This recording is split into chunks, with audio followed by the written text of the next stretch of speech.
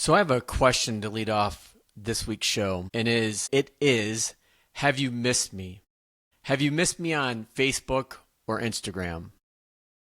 I think the answer is no, because I have not received any outrageous text or phone calls or emails about posting or missing my post or sharing my information on either of those two platforms. And I bring this up today because I want to talk about something I've talked about before, which is noise. And I have two stories about this. The first is I was sitting with Teresa last week and we're watching TV, or she was flipping through channels and something came on about politics. And I asked her to immediately turn the channel. She's like, why? Like, don't you need to know about this stuff? Like, don't you need to inform the families you work with about policies or how it impacts their portfolios? And I said, no. And I tried to be, you'll have to ask Teresa on this one, but I tried to be as nice as possible. But I know there was a firm no. But I went on to explain to her the reason why is because policies decisions don't necessarily impact a company's performance.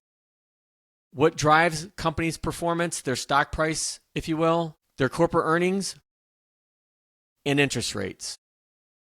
Time and time again, data has proven this out, research has proven this out, that this political noise that seems like it's surrounding us in the 24-hour news cycle is just that, it's noise. And so what I tried to explain to Teresa is part of my biggest job right now is to try to take noise out of the equation.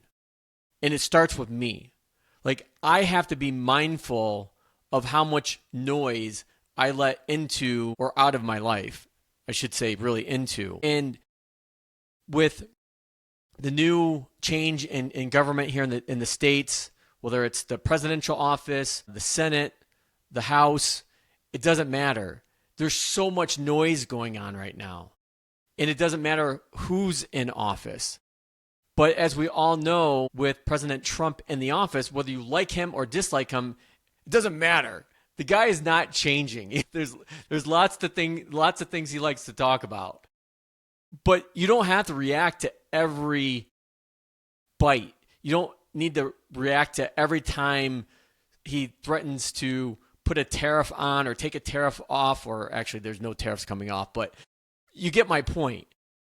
In my world of portfolio management specifically, and even in the financial planning space, putting together a college plan, putting together a retirement plan, it really has no bearing on what I do. But it could if I let that noise get to me and influence how I manage my family's portfolios, how that may impact their retirement plan or their kids' college plan that's not going to happen for another 4 or 5 years yet.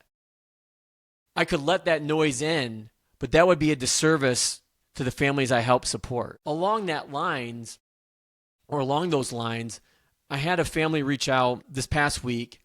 Again, all well good intentions. And they asked me what I was doing or what I might be doing to the portfolio as far as making changes given the changes in policies. And again, it goes back to keeping politics out of the portfolio, keeping noise out of your portfolio, and to some degree, out of your lives. And going back to how I started this conversation asking, have you missed me on Facebook or Instagram? And the answer is no, is one of the reasons I purposely got off of those platforms. It's not that I didn't want to learn or know about, my friends or my families or the families I help to support, what's going on in their lives or their kids' lives. But I know if something's happening that's of real significance or importance, that person is picking up the phone and calling me or shooting me a text, or I'm running into them at the school or at the basketball game or at the swim meet, and we're having a conversation in real life. It's not a digital conversation moment. And to me, that's where I'm trying to take noise out of my life and not being on those platforms, because people of all sorts of backgrounds and motivations are posting things on there that I just don't care about, that I don't want to let into my life and into the work that I do to help support families from a personal and financial standpoint into their lives either.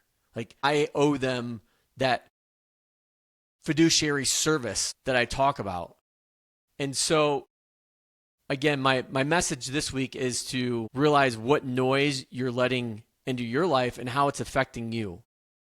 So I know it's been a lot to digest since the election, obviously before the election, during the election, and post-election. But those two stories, having my wife Teresa ask me, well, why do I want to turn that off? Or my other client asking me how policies may impact their portfolio.